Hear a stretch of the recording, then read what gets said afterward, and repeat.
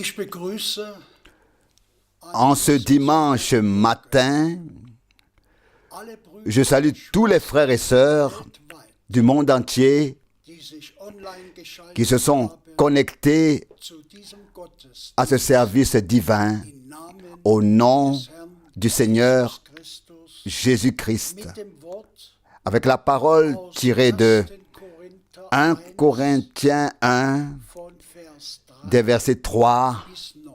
à 9. 1. Korinther 1 Corinthiens, chapitre 1 du verset 3 au verset 9. Gnade sei mit Que euch la grâce und Frieden et la von paix Gott vous soient données de la part de Dieu notre Père et du Seigneur Jésus-Christ. Ich danke meinen Gott alle Zeit Verset 4. Je rends à mon Dieu de continuer l'action de grâce à votre sujet pour la grâce de Dieu qui vous a été accordée en Jésus-Christ. widerfahren ist. Ihr seid Verset 5. En effet, in ihm an allem reich vous avez été enrichis en lui de aller toutes Redegabe, choses, aller de tout don de parole et de toute connaissance. wie denn das Zeugnis von Christus Verset 6. Car le témoignage de Christ a été solidement établi worden ist. en vous.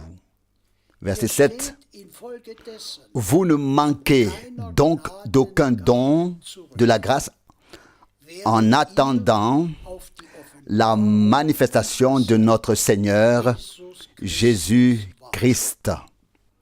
der Verset 8. Qui vous donnera aussi de la fermeté jusqu'à la fin. Lob und Dank, Louange et remerciement. Je le répète. der euch Qui vous, verset 8, qui vous donnera aussi bis de la fermeté jusqu'à la fin, sodass ihr afin qu'au jour de notre Seigneur Jésus-Christ, Jesus Christus frei von Tadel vous soyez stehen könnt. exempt de reproche. Durch den Verset 9, fidèle est Dieu, in die Gemeinschaft par qui vous avez été appelés à la communion avec son Fils, Jésus-Christ notre Seigneur. berufen worden seid. Lob und Dank sei Louange et remerciement au Seigneur. Brüder und Schwestern, Frères et sœurs, wir sind dankbar nous sommes reconnaissants für Gottes pour la parole de Dieu. Gottes Wort La parole de Dieu ist Geist est esprit und Leben. et vie, Richtet auf, et elle accomplit en ceux qui la croient wozu ce pourquoi Dieu es gesandt l'a hat. envoyé. Heute Morgen, Ce matin encore, ich lese jetzt je vais maintenant ein Gruß lire von Bruder Frank. une parole de salutation de frère Franck. Geliebte Brüder und Schwestern Frères et sœurs bien-aimés, in der göttlichen en Liebe Christ, verbunden. unis par l'amour divin. Je vous salue très cordialement et avec une grande reconnaissance Was Gott getan hat, pour ce que Dieu a fait. grüße ich euch Avec la parole Wort, que l'apôtre das Jacques der Apostel Jakobus geschrieben hat. écrite. Hat jemand unter euch zu leiden? Jacques 5, verset 13. Si quelqu'un parmi vous souffre, qu'il prie. Geht es jemand Si quelqu'un gut, va bien, so singe er. qu'il chante des louanges. Wir hören zur Zeit Nous entendons actuellement parler de beaucoup de détresse et de die zum Throne prières qui montent vers le trône de Dieu. auch ich Moi aussi, mit meinen 90 à Jahren 90 ans, à 90 ans, j'ai été surpris. am Montag, Le lundi 22. 22 avril, wurde ich mit j'ai été transporté à l'hôpital avec des gyrophares. Gottes Gnade Par la grâce de Dieu, konnte ich dort le calcul der entzündete Gallenstein biliaire infecté entfernt werden, a pu être retiré sodass ich am vergangenen Freitag et j'ai pu rentrer chez moi vendredi dernier. es geht mir gut, Je vais bien, doch leider mais kann ich malheureusement, je ne peux pas encore monter Aufnahme. les 20 marches qui mènent à la salle d'enregistrement. Deshalb C'est pourquoi je vous demande à tous, dans tous les peuples et toutes les langues, dass ihr de continuer à faire confiance au Seigneur jusqu'à l'accomplissement, l'achèvement qui est à notre porte. Frères et sœurs bien-aimés, je voudrais encore une fois souligner au nom du Seigneur que tous ceux qui croient maintenant le message divin et qui ne se sont pas arrêtés au ministère de frère Branham, mais qui sont aussi édifiés par la prédication qui se poursuit, vivent leur préparation. Veuillez le dire chacun pour soi. Nous sommes à la manière d'Isaac, c'est-à-dire enfants de la promesse. À cela, je voudrais ajouter ce qui est également écrit dans la parole de Dieu. Si la promesse du retour de Christ se fait attendre, tenez bon, attendez-la, car elle arrive certainement. Que Dieu vous bénisse tous, et en particulier les traducteurs du monde entier. Nous entendons maintenant une transmission. Que Dieu vous bénisse, frère Franck. Louange et remerciements au Seigneur. Je voudrais à mon tour souhaiter à tous une très cordiale bienvenue dans le précieux nom du Seigneur et exprimer le désir le plus profond de mon cœur que nous ayons en ces jours une rencontre réelle avec Dieu. Que nous fassions une expérience réelle avec Dieu, que nous ne nous contentions pas de célébrer la Pentecôte, mais que nous puissions expérimenter la Pentecôte comme nos frères et sœurs l'ont reçue aussi au commencement. Je suis convaincu que si nous nous tenons dans la foi avec la bonne attitude biblique par rapport aux promesses bibliques, Dieu accomplira et confirmera sa parole. Concentrons-nous sur la parole en ces jours. Je pourrais vous souhaiter la bienvenue à tous individuellement, mais collectivement, c'est mieux. Et tout comme la chaleur terrestre nous réchauffe intérieurement et nous réchauffe aussi extérieurement, nous avons besoin du feu d'en haut pour nous dégeler spirituellement et nous en avons besoin. Nous sommes tous trop raides, nous sommes un peu gelés. Et le feu d'en haut apportera la solution. Il est écrit de lui, il vous baptisera d'Esprit Saint et de feu. Le jour de la Pentecôte n'était pas un jour de prédication où le temps d'attente n'était pas un temps de divertissement, de discussion, d'entretien, mais un temps de prière, un temps d'attente, un temps de préparation intérieure pour recevoir ce que Dieu a promis. Et nous avons en particulier, grâce au ministère de Frère Branham, et peut-être puis-je faire ici la brève annonce que Sœur Branham est décédée le 12 et a été enterrée le 16. Elle aussi est maintenant auprès du Seigneur et nous ne pouvons que dire: bénis les morts qui meurent dans le Seigneur dès maintenant. Nous n'avons pas besoin de pleurer les morts, bien au contraire, mais nous qui sommes encore ici et qui avons peut-être encore bien des épreuves à surmonter, bien des combats à mener, nous ne sommes certainement pas tout à tout à fait aussi bien lotis que ceux qui sont déjà auprès du Seigneur. Mais c'est bien Frère Branham par qui Dieu a mis la parole à la première place en ce temps-là. Cela n'a pas convenu à beaucoup. Ils ont vécu des expériences, ils ont mis à la première place les choses les plus diverses qui leur étaient chères et précieuses. Mais Dieu a envoyé un prophète parole pour appeler une épouse parole à sortir. Et nous savons que dans l'Ancien Testament, la parole venait aux prophètes et ils apportaient la parole qu'ils avaient reçue. Ce n'étaient pas des prophètes qui auraient raconté des expériences, mais des prophètes à qui Dieu avait parlé, qui étaient en communion avec Dieu.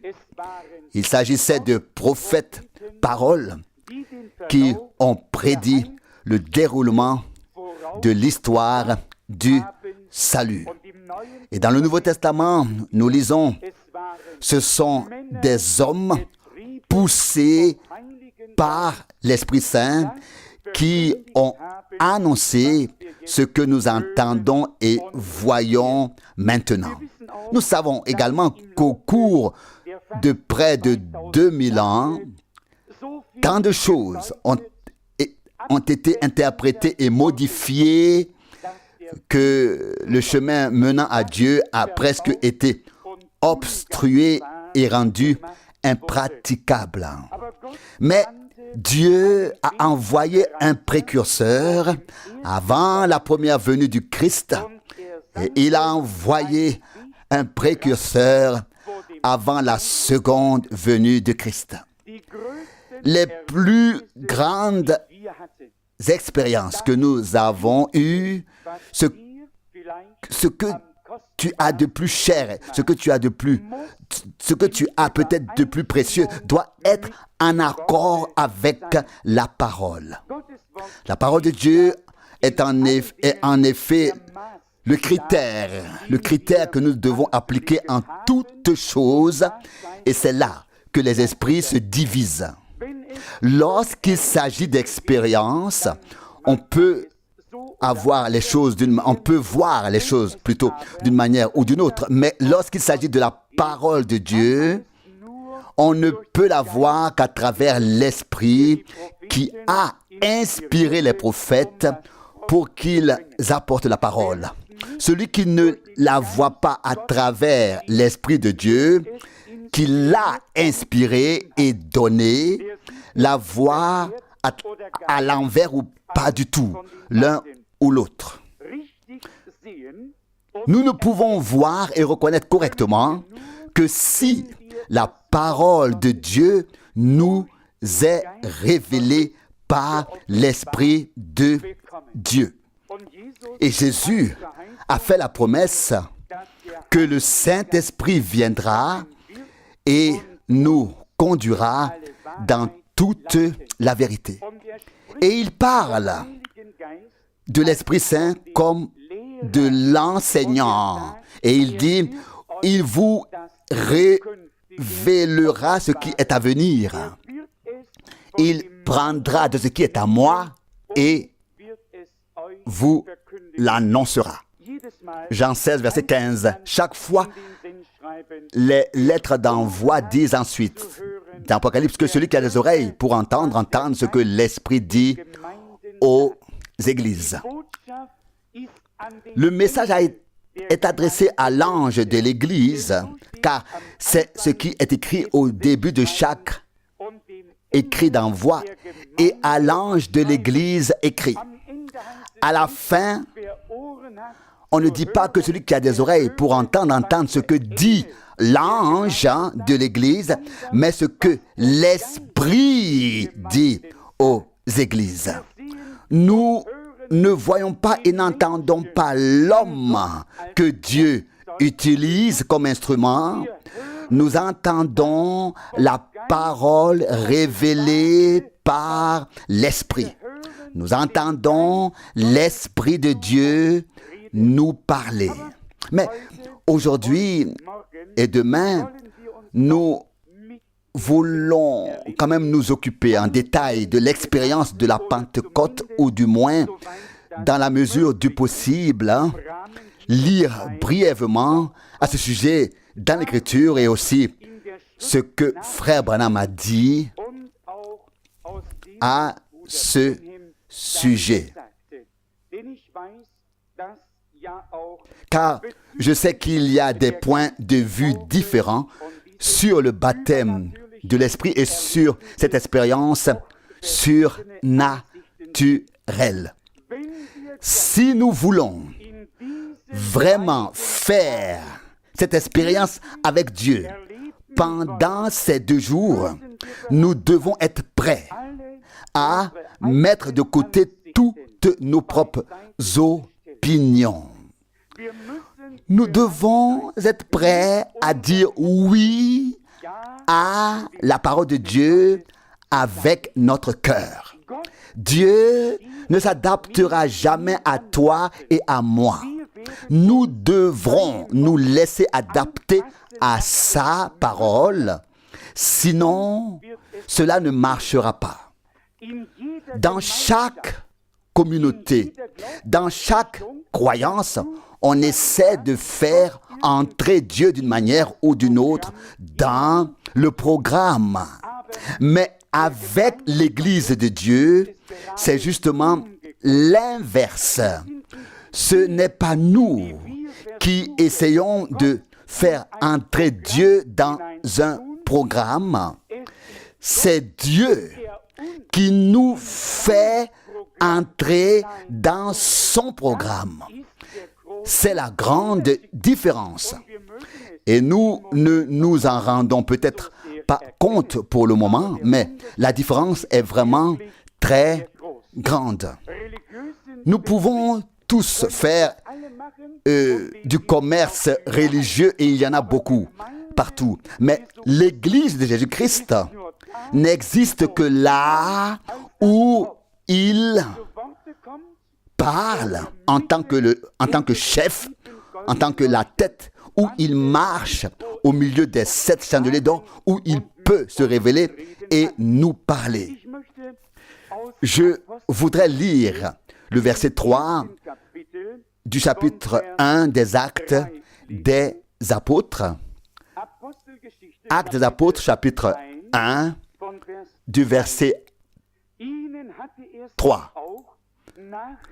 Après qu'il eut souffert, il leur apparut vivant et leur en donna plusieurs preuves, se montrant à eux pendant 40 jours et parlant des choses qui concernent le royaume de Dieu.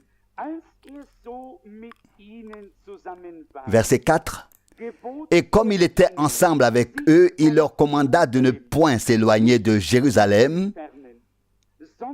mais d'attendre l'accomplissement de la promesse du Père que vous avez entendu de moi selon ses propres paroles. Verset 5. Car Jean a baptisé d'eau, mais vous serez baptisés du Saint-Esprit,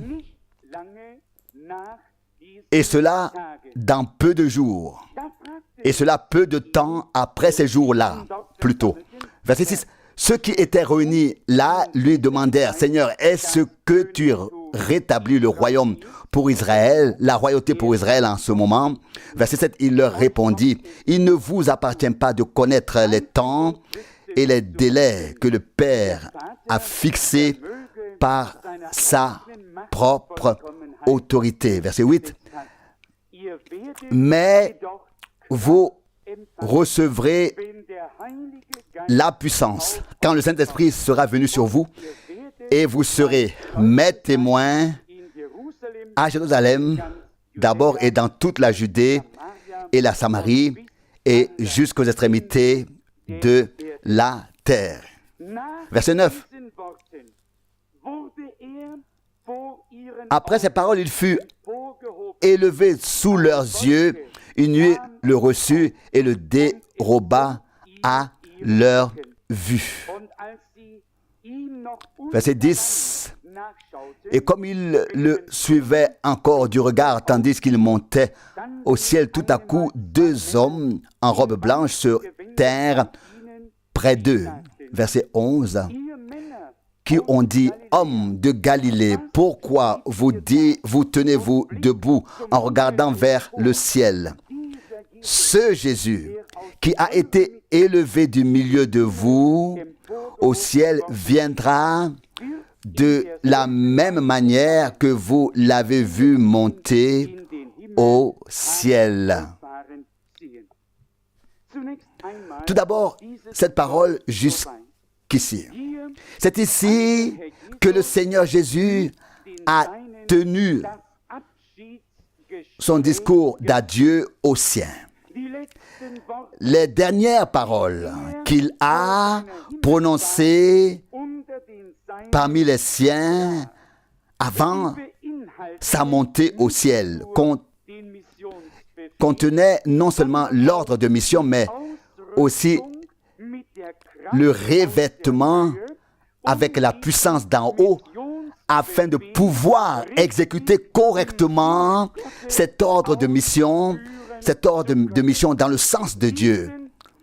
Nous ne pouvons exécuter cet ordre de mission divin que si nous avons été revêtus de la puissance divine.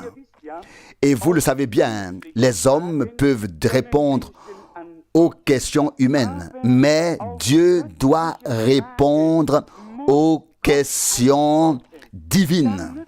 Les réponses humaines ne nous sont donc d'aucune utilité. Elles ne nous satisfont pas, du moins pas à long terme. Elles peuvent nous sembler nous aider un peu sur le moment, mais ensuite vient le temps et l'heure où il ne suffit pas que les hommes répondent aux questions divines. Et ce qui est beau dans la réponse de Dieu, c'est qu'elle ne consiste pas encore une fois en paroles, mais en actes. À la Pentecôte, le Seigneur n'est pas descendu pour dire « Oui, comme je l'ai promis, je vous remplirai du Saint-Esprit ». Il n'y a pas eu une fois de plus la répétition de la promesse. Il y a eu l'accomplissement de la promesse, la réalisation. Le ciel s'ouvrit, le Saint-Esprit descendit, le feu de Dieu tomba sur chacun d'eux. Des langues leur apparurent comme séparées par le feu, et ils furent tous remplis du Saint-Esprit. Pas une réponse en parole, mais une réponse en réalité. La parole s'est faite chair, la parole est devenue réalité. Il en est ainsi avec Dieu. Vous savez très bien que le Seigneur a été annoncé comme Messie depuis des millénaires. Mais lorsque l'Esprit est venu sur Marie, la parole, à ce moment-là, s'est faite chair. Elle est devenue réalité. Les promesses ont été résumées et tout à coup, le Rédempteur qui avait plutôt été promis tant de fois, s'est présenté devant eux comme résultat. La parole de Dieu a toujours un résultat. Et les promesses qui se rapportaient au Seigneur s'accomplissaient en lui. Les promesses qui se rapportent à l'Église s'accomplissent dans et par l'Église. Et c'est ainsi que nous devenons l'épouse parole. Il en est tellement question en ce moment et les gens pensent qu'ils sont l'épouse parole lorsqu'il parle de la parole. Non, ce n'est pas cela. Et encore une fois, non. Nous sommes l'épouse parole lorsque la parole de la promesse est devenue réalité en toi et en moi. Nous sommes alors épouse parole. Notre Seigneur était la parole, devenue chair, faite chair. Et nous savons que Paul l'écrit aux Éphésiens et qu'il dit, j'attribue ce mystère au Christ et à l'Église. Éphésiens 5, 32. Christ et l'Église ne font qu'un. Il est la tête et nous sommes les membres. Ce qui s'est passé avec lui doit se passer avec nous.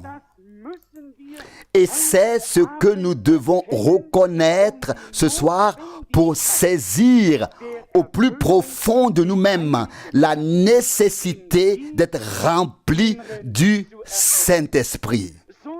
Tant que nous restons indifférents et que nous disons « Oh Seigneur, remplis-nous du Saint-Esprit ».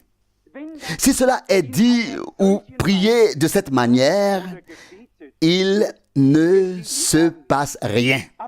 Mais si nous faisons soudainement violence au royaume des cieux, je ne veux pas dire par là que l'un devient plus bruyant que les autres. Dieu n'est pas sourd. On ne peut pas faire violence au royaume des cieux en faisant du bruit. Mais on peut le faire par la foi. Toutes les choses de Dieu sont accessibles sur la base de la foi. Et c'est pourquoi notre Seigneur parle.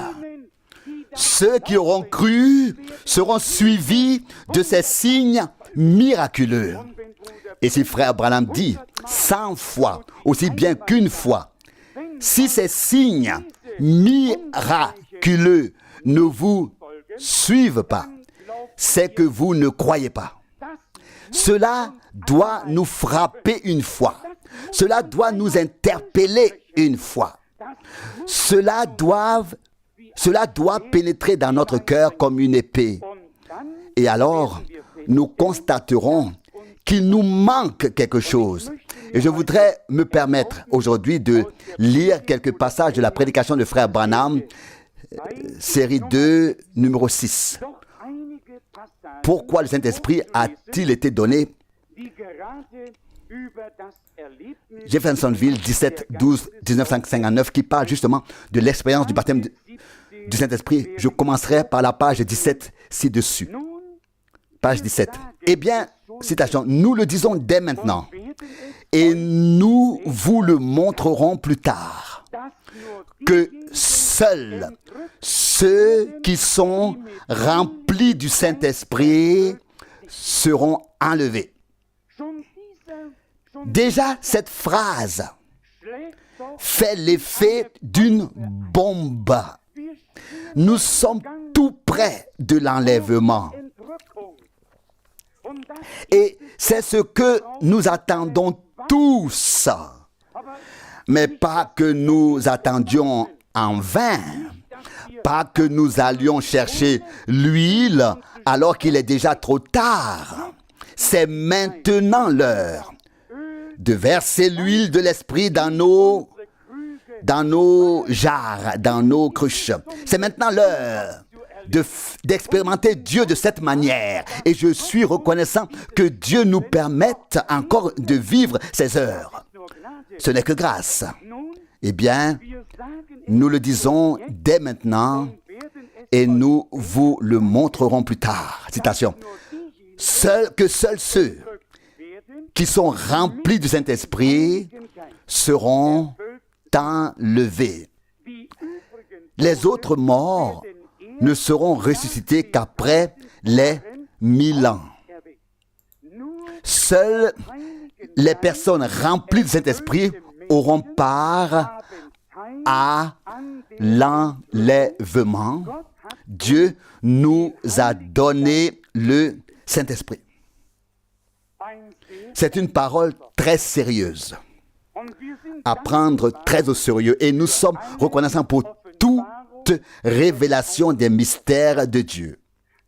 Nous sommes reconnaissants de pouvoir voir Jésus-Christ comme le Seigneur des Seigneurs, comme le Roi des Rois dans sa divinité. Nous sommes reconnaissants que dans cette dernière génération, comme le dit Frère Branham, les mystères de Dieu nous aient été révélés depuis la Genèse jusqu'à l'Apocalypse.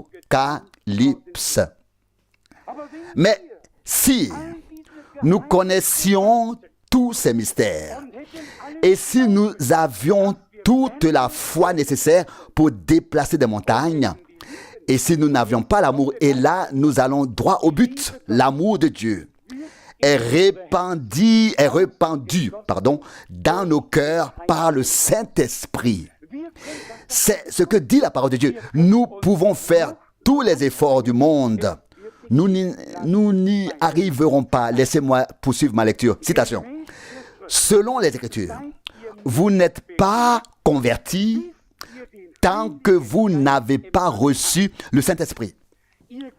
Vous croyez en cela. Le Saint-Esprit vous a parlé. Vous avez confessé Jésus publiquement. Donc, on peut donc témoigner de Jésus. On peut le suivre. Mais la conversion de l'homme n'est pas encore achevée, à moins que Dieu n'ait appliqué son sceau sur cet homme. Appliqué son sceau sur cet homme. Et c'est pourquoi Paul écrit à l'église d'Éphèse dans le 1er et le 4e chapitre: vous avez été scellés du Saint-Esprit pour le jour de votre rédemption. Éphésiens 1, 13 et 4, 30. Il nous dit ici, citation, selon les Écritures, vous n'êtes pas convertis tant que vous n'avez pas reçu ainsi le Saint-Esprit. Nous croyons en Jésus-Christ. Nous sommes devenus croyants. Nos péchés sont pardonnés. C'est absolument vrai, car les Saintes Écritures disent: crois au Seigneur Jésus-Christ et tu seras sauvé, toi et ta maison. Actes d'Apôtres 16, 31. Mais ici, il s'agit d'un peu plus que de simplement croire. Il s'agit ici de faire en sorte que notre foi reçoive la confirmation divine. Que Dieu rende témoignage à notre foi. Nous savons qu'il est écrit dans Romains 4 que Dieu a donné à Abraham la circoncision comme sceau de sa foi.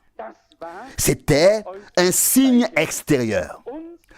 Le sceau du Saint-Esprit nous est donné pour que nous sachions ou puissions savoir que Dieu a accepté notre repentance, notre foi, le fait que nous nous tournions vers lui. Si par exemple nous nous faisons baptiser dans l'eau avec foi, c'est notre démarche d'obéissance à Dieu. Mais la réponse de Dieu est que les cieux s'ouvrent et qu'il nous baptise de son esprit. La réponse divine marquera ta conversion et la mienne de son sceau, Ne doute pas à ta conversion, ne doute pas de ta foi. Mais ne t'arrête pas là. Dis: Seigneur, maintenant je veux aussi faire ce pas avec toi. Je veux aussi faire cette expérience surnaturelle. Je veux avoir ta réponse. Je poursuis ma lecture à la page 18. Dieu nous a appelés par élection. N'êtes-vous pas heureux de faire partie des siens? Ne remarquez-vous pas ce soir l'envie dans votre cœur, le désir dans votre cœur? Je veux le Saint-Esprit. Il doit y avoir une pulsion, un désir intérieur qui devient si fort. Et frère Branham demande à l'auditoire, ne sentez-vous pas cette pulsion dans votre cœur ce soir? Quelque chose ne vous dit-il pas ici au plus profond de vous-même, je veux le Saint-Esprit? Et il poursuit, Seigneur, je te veux dans mon cœur. Ce désir est en vous parce que Dieu a inscrit votre nom dans le livre de vie de l'agneau avant même la fondation du monde. Alors, si nous faisons partie de ceux dont les noms ont été écrits dans le livre de vie de l'agneau, immolé avant la fondation du monde, alors Dieu place en nous le désir, met en nous le désir de ce qui nous prépare à être avec lui pour toujours, éternellement. Et parce que nos noms ont été écrits dans le livre de l'agneau avant la fondation du monde, Dieu met en nous le désir d'être baptisés du Saint-Esprit, car cela est nécessaire pour contempler sa gloire. Est-ce que c'est clair dans ce sermon de Frère Branham pour vous tous? Vous savez, et je n'ai pas besoin d'insister sur ce point ici, Dieu l'a utilisé de diverses manières, en particulier de manière évangélique et doctrinale, prophétique et ainsi de suite. Mais ici, nous avons une prédication qui est justement adaptée à la Pentecôte. À la Pentecôte. Et je suis reconnaissant à Dieu que nous l'ayons entendu parler des mystères de Dieu, de la guérison des malades et de bien d'autres choses, non seulement en tant que prophète, mais aussi pour la préparation de l'Église. À quoi cela nous servirait-il d'avoir été appelés à sortir de toutes les dénominations si la préparation n'était pas liée à l'appel à sortir et si nous ne recevions pas aussi le sceau de Dieu, le sceau du Saint-Esprit pour porter en nous la certitude d'être présents à la première résurrection et à l'enlèvement. À l'enlèvement. Et je n'ai pas l'intention de prêcher ce soir. J'ai seulement l'intention de mettre l'accent sur quelques versets et paragraphes de la Bible et de ce sermon de Frère Branham. Et j'espère que Dieu mettra dans ton cœur et dans le mien un désir si puissant que nous ferons violence au royaume de Dieu ce soir et que nous dirons, Seigneur, fais pour nous ce que tu as fait pour nos frères et sœurs en ce premier jour de la Pentecôte. Et quand tu le feras, nous serons tous dans la joie. Personne n'aura plus besoin d'être affligé. Citation. Tous ceux que le Père m'a donnés viendront à moi. Et à tous ceux qui viendront à moi, je donnerai le Saint-Esprit. Cela aussi est vrai. Dieu est un Dieu qui donne. Il nous fait des dons de toutes sortes.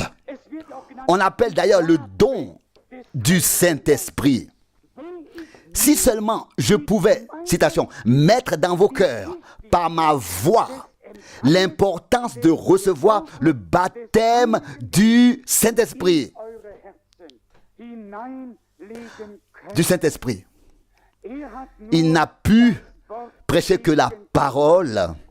Le reste était laissé à Dieu et aux hommes. Mais on sent qu'il n'a pas seulement abordé ce sujet avec légèreté, mais que c'était un sujet qu'il traitait du fond de son âme pour le bien du peuple de Dieu, pour la préparation de l'Église de Jésus-Christ. Il n'est pas venu avec une bonne proposition. Il est venu avec la nécessité divine de cette expérience que nous devons simplement avoir avant notre enlèvement. Page 21, citation. Vous n'êtes pas encore scellés tant que vous ne faites qu'y croire, mais lorsque vous avez réellement reçu le Saint-Esprit. Il y a donc une différence entre croire au baptême du Saint-Esprit et recevoir réellement le baptême du Saint-Esprit. On pourrait illustrer cela par de nombreux exemples. Abraham a cru Dieu. Il savait que la promesse qui lui avait été faite pour Isaac s'accomplirait. Mais au début, ce n'était qu'une croyance. Mais lorsque le temps s'est accompli, la foi a reçu et vécu la réalisation de la promesse. Et l'Isaac auquel se référait la promesse se tenait ou était là. Il en va ainsi des promesses de Dieu. Elles sont d'abord là en tant que promesses auxquelles nous croyons. Et c'est nécessaire, c'est la première étape.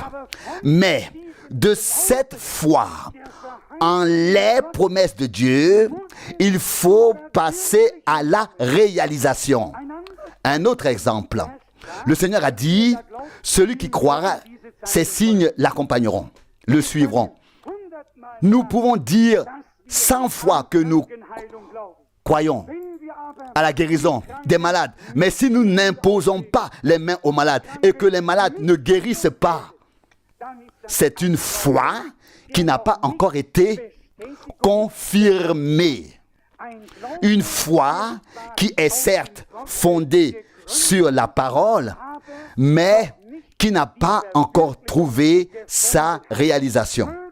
Puissions-nous comprendre ces jours-ci qu'une épouse parole signifie que toute la parole de Dieu qui a été donnée pour elle et qui lui est adressée parvient à son accomplissement et devient réalité à travers elle.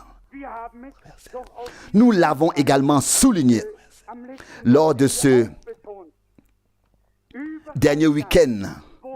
Partout où Dieu a fait des promesses, le temps de l'accomplissement est venu. Et le temps de l'accomplissement était le produit, c'était la chose même dont il s'agissait en fait. Il en va de même pour le baptême du Saint-Esprit. Ici, Frère Branham dit, citation, « Vous n'êtes pas encore scellés tant que vous ne faites que croire au scellement. Mais lorsque vous avez effectivement reçu le Saint-Esprit. » Donc, si le scellement est une nécessité divine et que le scellement ne peut se faire que par le Saint-Esprit, alors nous remarquons à quel point la réception du Saint-Esprit est nécessaire. Et je vous le dis, nous pouvons tous être remplis du Saint-Esprit ce soir. Nous n'avons pas besoin d'attendre 10 jours de plus, mais seulement de nous ouvrir et de nous mettre à la disposition de Dieu pour qu'il puisse l'accomplir. Citation. Ce n'est qu'ainsi que vous pourrez avoir part à la première résurrection. Si le Saint-Esprit vous rend le témoignage, si le Saint-Esprit entre en vous et ainsi vous en rend le témoignage. Ce sont des paroles que nous ne pouvons pas facilement rejeter à droite ou à gauche. Rejeter à droite ou à gauche. Ce sont des paroles qui doivent avoir quelque chose à dire à toi et à moi ce soir. Et nous allons tout à l'heure entrer en prière et donner à Dieu la possibilité de nous remplir tous du Saint-Esprit. Ne demandez pas comment cela va se passer. C'est l'affaire de Dieu. Si je le faisais, vous pourriez me le demander. Je saurais alors comment je le ferais. Mais puisque c'est Dieu qui le fait, nous voulons l'accepter tel qu'il le fait, sans aucune pensée personnelle et imagination personnelle. Les choses seront toujours différentes de ce que nous imaginons. Pas une seule fois, Dieu ne fera quelque chose comme toi ou moi l'imaginons. Chaque fois, ce sera différent, mais toujours biblique. C'est très important. Citation. Maintenant, le Saint-Esprit agit comme au commencement. L'Église est unie et produit l'action puissante du Saint-Esprit comme il le faisait autrefois. Les mêmes œuvres qui se sont produites au commencement se manifestent maintenant de la même manière. Ici, il indique le retour au commencement. Jésus-Christ est pourtant le premier et le dernier. Il est l'alpha et l'oméga, le commencement et la fin. Comme il a agi au commencement, il doit agir à la fin, car la fin doit redevenir semblable au commencement. Mais avant qu'il puisse agir ainsi, nous devons en tant que croyants vivre la réalisation de cette promesse. Non seulement être porteur de la promesse de Dieu, mais en tant que porteur de cette promesse, Dieu veut en faire une réalité en nous qui la portons. Abraham était porteur de la promesse. La promesse s'est ensuite réalisée. Elle est devenue une réalité. Toi et moi, nous sommes porteurs de la parole de Dieu. Nous sommes porteurs des promesses de Dieu. Nous avons été pardonnés. Dieu nous a pardonnés, nous a fait grâce par le sang de l'agneau. Maintenant, il veut achever notre conversion. Il veut répondre par son esprit. Que les cieux s'ouvrent et que le Saint-Esprit tombe. Et si ce soir, nous ne sommes pas seulement porteurs de la promesse, mais que nous croyons que Dieu la réalise, alors cela doit simplement arriver. Nous n'avons plus besoin d'attendre. Comme c'est glorieux. Citation, encore une fois. Maintenant, l'Esprit Saint agit comme au commencement. L'Église est unie et produit l'action puissante de Dieu. N'est-ce pas là une parole merveilleuse? Et nous pouvons y voir un parallèle avec 1 Corinthiens chapitre 12, verset 13. Nous avons tous été baptisés d'un seul esprit pour former un seul corps. Nous sommes membres du corps de Jésus-Christ. Comprenez une fois que Dieu ne peut absolument rien faire sans nous.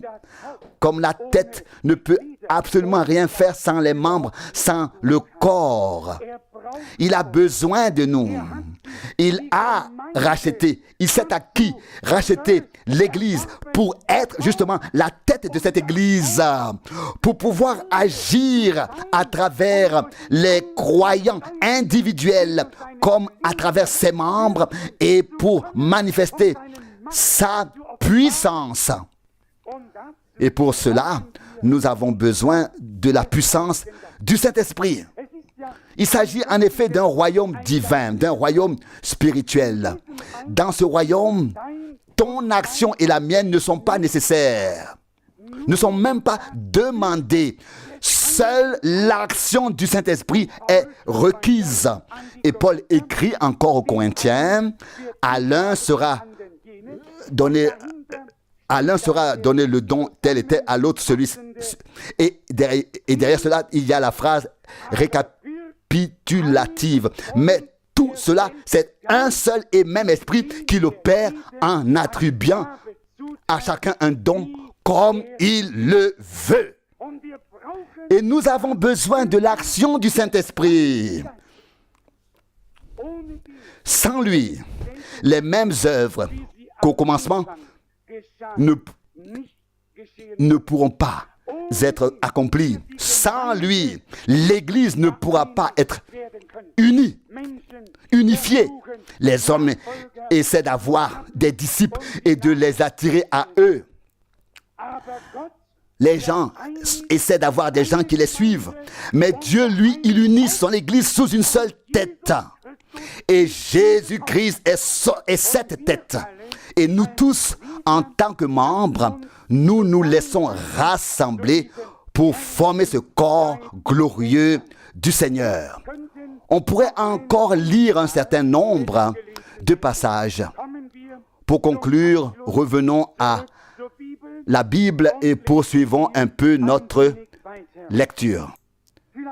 Peut-être encore une fois, le verset 9 du chapitre 1 des Actes des Apôtres, chapitre 1, verset 9. Après ces paroles, il fut élevé à leurs yeux. Une nuée le prit et le déroba à leur regard. Verset 10. Et comme il le suivait encore du regard, tandis qu'il se levait vers le ciel, deux hommes vêtus de blanc se tinrent tout à coup près d'eux. Verset 11. Qui dirent, hommes de Galilée, pourquoi restez-vous là à regarder vers le ciel?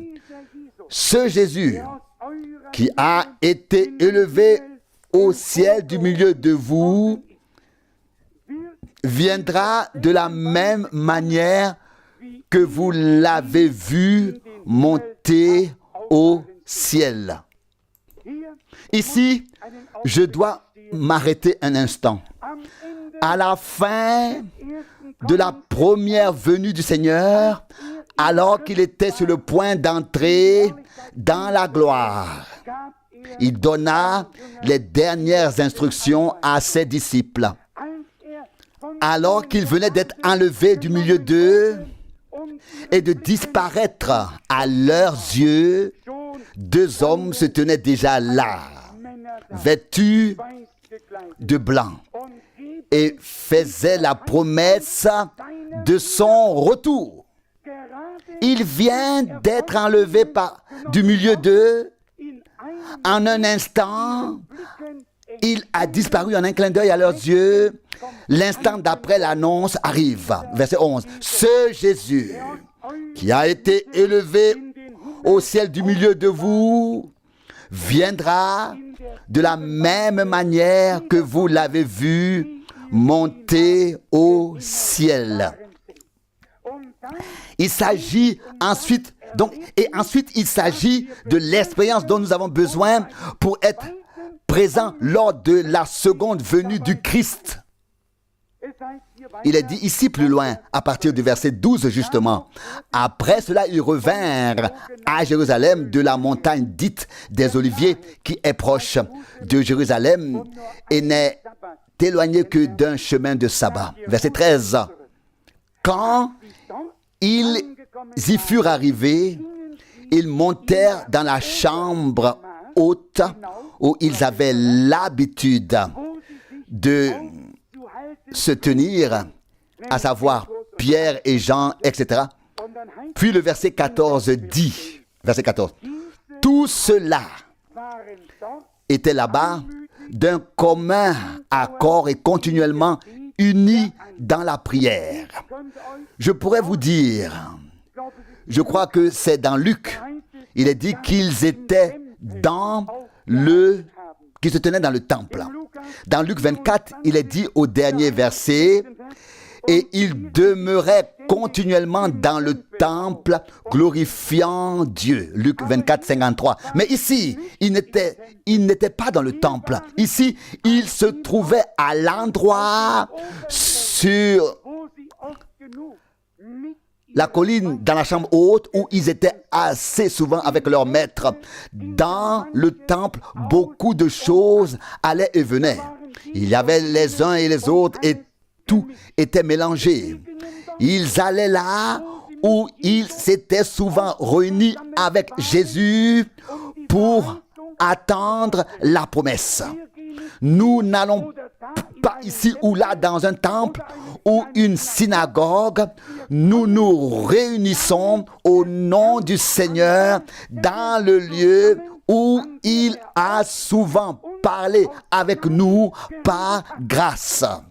Et nous ne venons pas seulement ici pour l'entendre parler, nous venons ici pour assister, pour expérimenter, pour vivre l'accomplissement de sa promesse. Alléluia. Nous devons y croire une fois pour toutes. Cela doit nous rendre joyeux intérieurement. La foi n'est pas une chose convulsive qui est tendue. La foi est quelque chose de très joyeux. Et je te le dis, chers frères et chères sœurs, si tu veux être rempli du Saint-Esprit en ces jours, ne te ferme pas et ne te crispe pas, mais ouvre-toi et commence à louer et exalter Dieu. Commence à remercier le Seigneur pour sa grâce. Et pendant que tu loues et remercies le Seigneur pour ce qu'il a fait pour toi, pendant que tu remercies Dieu, la réponse viendra. Car la foi reçoit. La foi ne se tient pas à la porte en mendiant.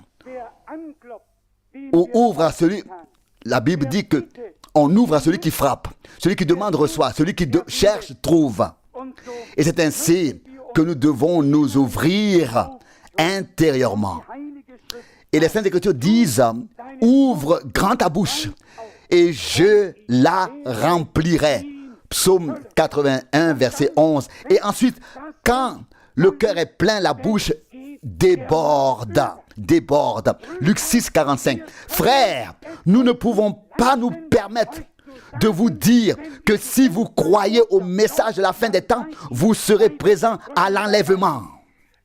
Nous devons vous dire que nous croyons de tout cœur au message de la fin des temps, que nous avons été mis à part, que nous avons entendu l'appel de Dieu à sortir et que nous avons reconnu le ministère prophétique, mais nous avons besoin de la puissance dynamique du Saint-Esprit qui peut transformer et changer nos corps mortels. Et il ne peut en être autrement. Nous ne pourrons pas nous en passer. Sans cela, ce ne sera pas possible. Voici, c'est ce que nous avons lu ici. Tout cela était présent là-bas d'un commun accord et continuellement ensemble dans la prière. Ils ne parlaient pas de ceci ou de cela. Ils étaient ensemble dans la prière, orientés vers un seul but. Et ce but était la réception du Saint-Esprit. Ils n'attendaient pas deux ou trois choses différentes. Ils avaient tous le même objectif, le même désir, la même aspiration. Leurs prières se sont rassemblées Elles sont montées vers Dieu. Dieu a répondu et Dieu a répondu. Et ils ont tous été remplis du Saint-Esprit. Qu'en est-il de nous ce soir? Ce soir, où vont tes pensées et les miennes? Puissent-elles être prises sous le contrôle de Dieu? Et c'est si beau quand frère Branham dit dans le film que beaucoup ont vu et parfois pendant le service de guérison ou au début du service de guérison. Maintenant, je prends chaque esprit sous mon contrôle pour la gloire de Dieu, que seul le Saint-Esprit peut encourager. Et ainsi que tous les autres esprits se taisent au nom de Jésus-Christ de Nazareth et que seul le Saint-Esprit parle. Et l'Esprit prononce les paroles de Dieu. Et les paroles de Dieu sont esprit et vie. Elles deviennent réalité devant tes yeux et les miens. Nous sommes reconnaissants pour la parole de Dieu, reconnaissants pour l'accomplissement de l'Écriture à Israël, reconnaissants pour l'accomplissement des prophéties dans le monde entier, reconnaissants pour la parole prophétique. Quand je vous dis, nous n'avons pas tous à nous plaindre. Nous n'avons qu'à rendre grâce, qu'à remercier. Car si nous nous plaignons, déjà maintenant, que deviendront les temps difficiles alors? Pour l'instant, nous n'avons aucune raison de nous plaindre. Peut-être péchons-nous parfois en le faisant. Et si nous amenons aujourd'hui à la croix toutes nos détresses, personnelles plutôt, tout ce qui voudrait nous mettre à terre, et que nous nous en débarrassons là, que nous les jetons aux pieds de Jésus et que nous disons, Seigneur, tu as versé ton sang sur la croix à Golgotha. Tu m'as racheté et appelé par mon nom. Je suis à toi pour le temps et pour l'éternité. Et si nous disions, Seigneur, tu m'as choisi, tu m'as élu avant même la fondation du monde. Vous savez, il faut une fois épancher son cœur à Dieu dans la reconnaissance, la gratitude. Pas tout le temps dire, oh Seigneur, tu sais bien ceci et cela, et ce problème que j'ai, et cette détresse, etc. Ce n'est pas ainsi que nous avançons avec Dieu. Nous tournons alors sur nous-mêmes et n'avançons pas. Nous restons au même endroit. Si nous remettons tout au Seigneur et croyons à la prédestination, que tout dans son royaume se passe selon sa volonté et que nous sommes placés dans son royaume, alors tout se passera comme il le veut. Vous savez que lorsque le Sauveur a été confronté à cette affaire de Gethsémani et à tout ce qui lui arrivait, c'est Pierre, et pas seulement Pierre, l'ennemi en lui, qui a dit, Seigneur, seulement que cela ne t'arrive pas. Il voulait pour son maître un chemin agréable, un chemin sans problème, un chemin sans croix, un chemin sans opprobre, un chemin sans mort. C'est le genre de chemin que toi et moi pouvons souhaiter, mais nous obtiendrons quelque chose de complètement différent. Tu peux souhaiter ce que tu veux. Tu obtiendras ce que Dieu a prévu pour toi. Tu dis, ah Seigneur, je voudrais que tout aille bien pour moi. Oui, comment veux-tu alors être préparé? Non, Dieu fera entrer dans ta vie ce qui est nécessaire, ni plus ni moins. Et il ne laissera personne est éprouvé au-delà de ses moyens, de ce qu'il pourrait supporter. Mais il fera en sorte que chaque épreuve, chaque tentation, chaque détresse, chaque chagrin, que tout prenne fin, que nous puissions le supporter. Et le Seigneur sait que même si nous disons souvent « je n'en peux plus », alors il sait très bien que nous pouvons encore, mais seulement avec sa puissance. Je vous le dis, si je regardais vers moi, je me serais effondré depuis longtemps. Mais quand je regarde au Seigneur, je reçois une nouvelle force. Et je vois devant moi l'Église, le peuple de Dieu, que le Seigneur a appelé à sortir avec un puissant message d'amour et d'instruction.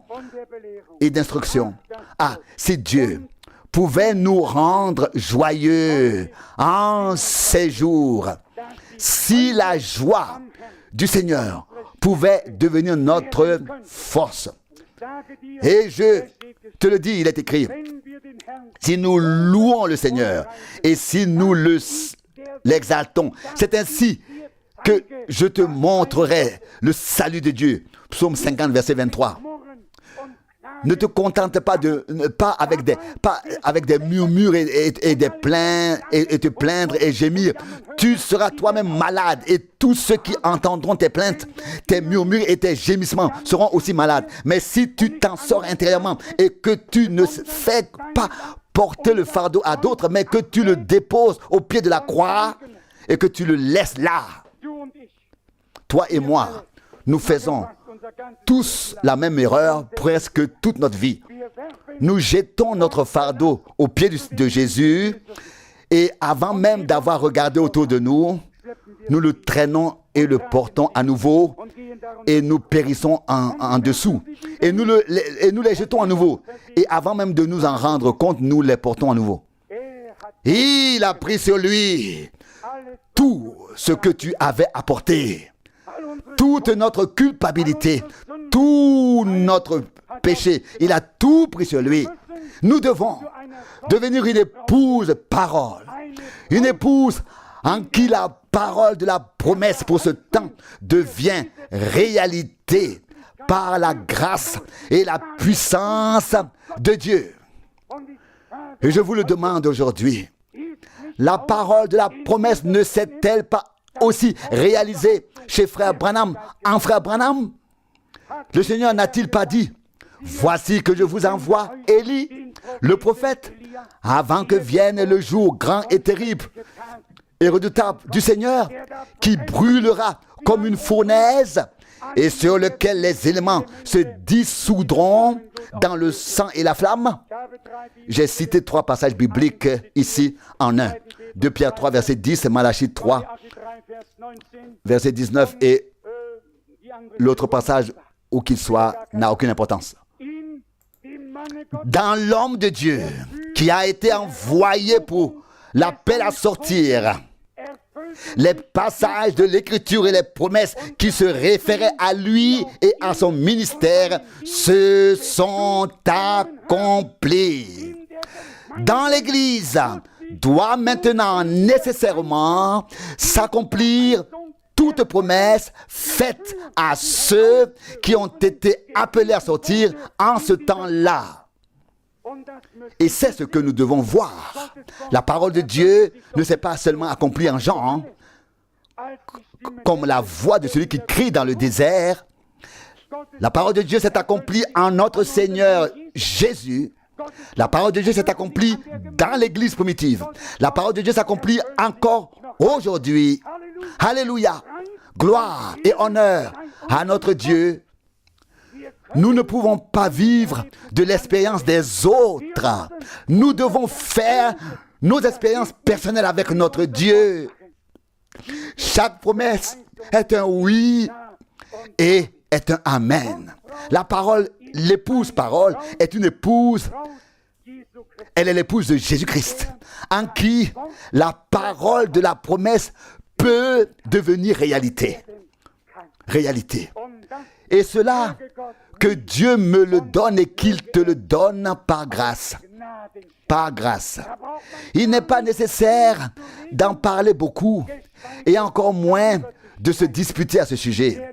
Celui qui discute encore n'est pas du tout dans la chose.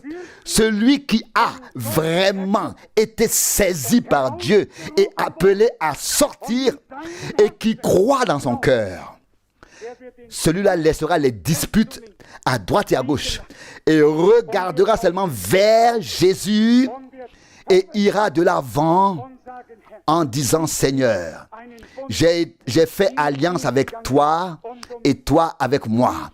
Je te suivrai partout où tu iras. L'Église, au commencement, était une épouse parole, car la parole de la promesse s'accomplissait en son sein. Et c'est avec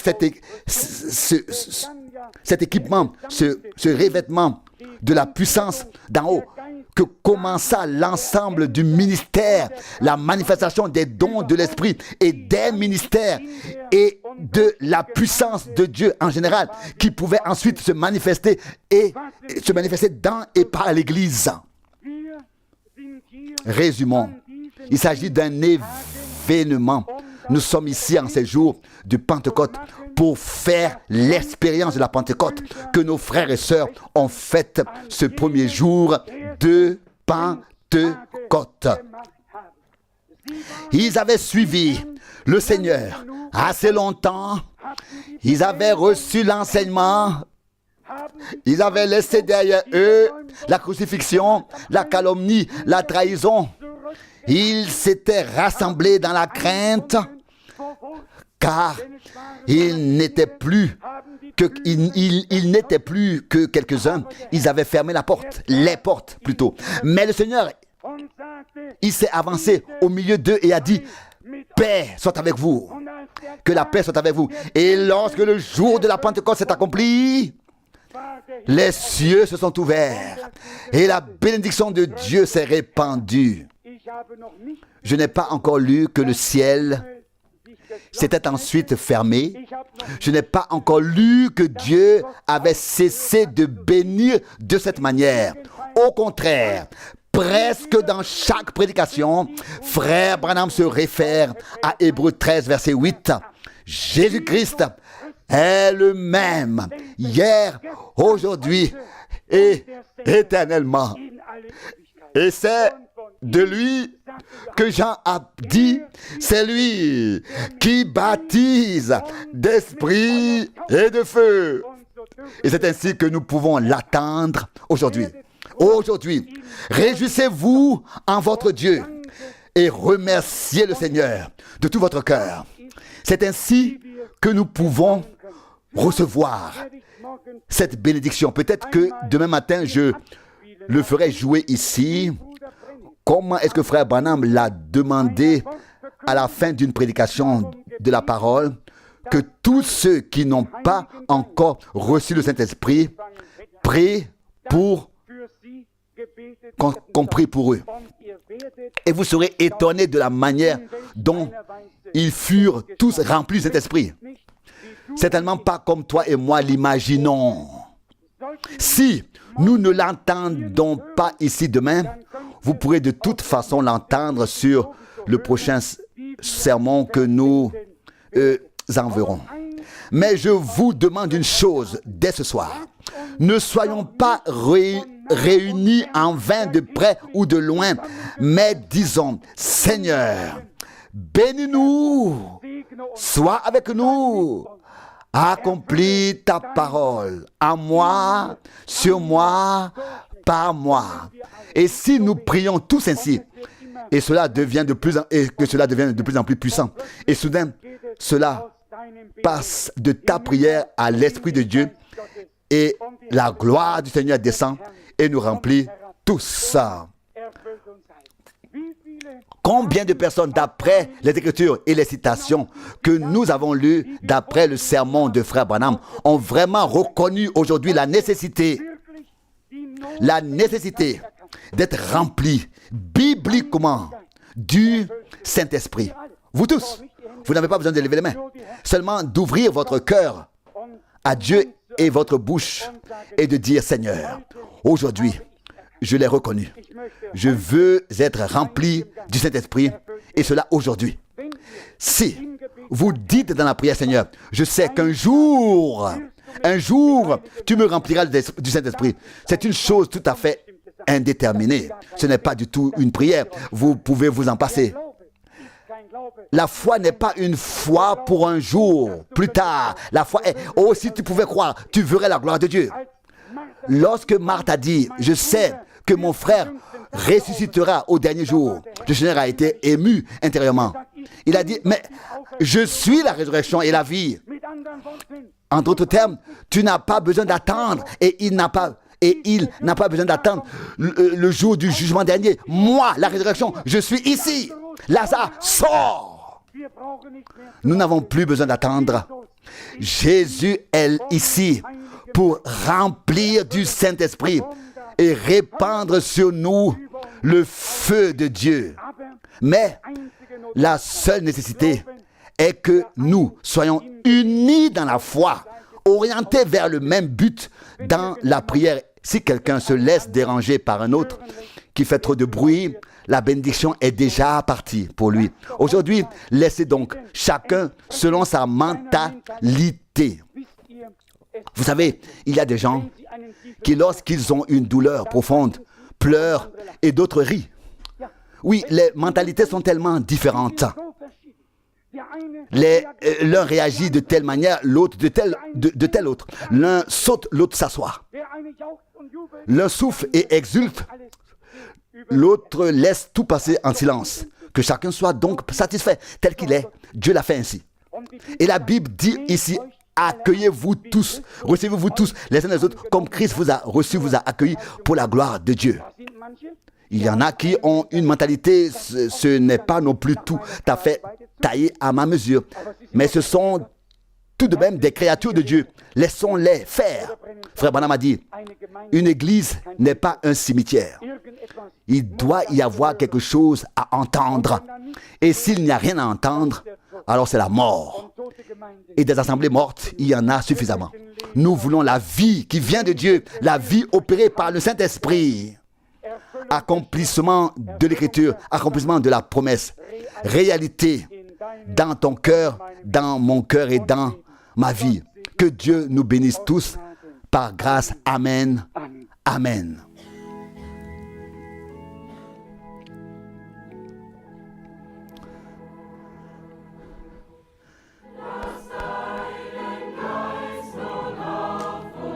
Que ton esprit descende maintenant sur nous tous. Comme à Jérusalem, dans la salle haute, dans la chambre haute. Fais descendre du ciel le même feu sur nous en ce temps d'angoisse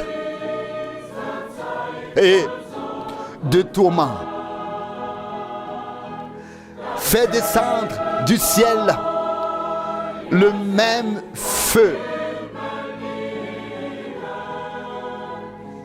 sur nous en ce temps de détresse et d'angoisse.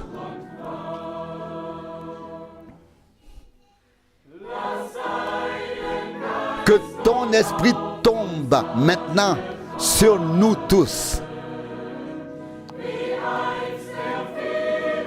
Comme il est tombé autrefois dans la maison de Corneille. Oh, baptise-nous tous du feu sacré et chasse de nos cœurs toute frayeur. Oh, baptise-nous tous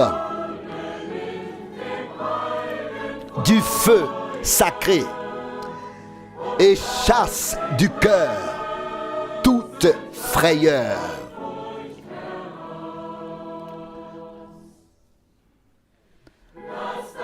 Que ton esprit tombe maintenant sur nous tous. Comme autrefois, les foules sont revenues à toi. Fais agir la puissance spirituelle au milieu de nous, la puissance de ton esprit au milieu de nous, et donne-nous l'évangile de la vie. Fais agir la puissance de l'esprit au milieu de nous. Et donne-nous l'évangile de la vie.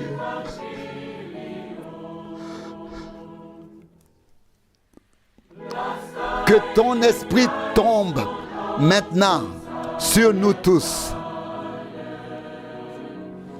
Comme jadis, il y eut beaucoup de signes miraculeux. Nous attendons en priant dans la salle, dans la chambre des promesses. Viens vite et fais-nous recevoir ta puissance. Nous attendons en priant dans la chambre de la promesse. Viens vite et fais-nous recevoir ta puissance.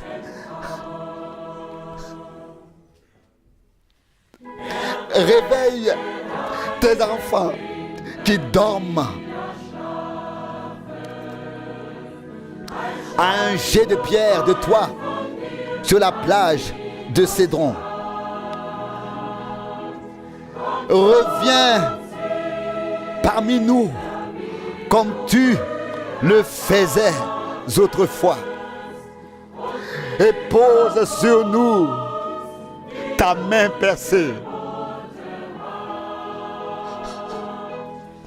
Viens à nous comme tu le faisais autrefois et pose sur nous ta main percée.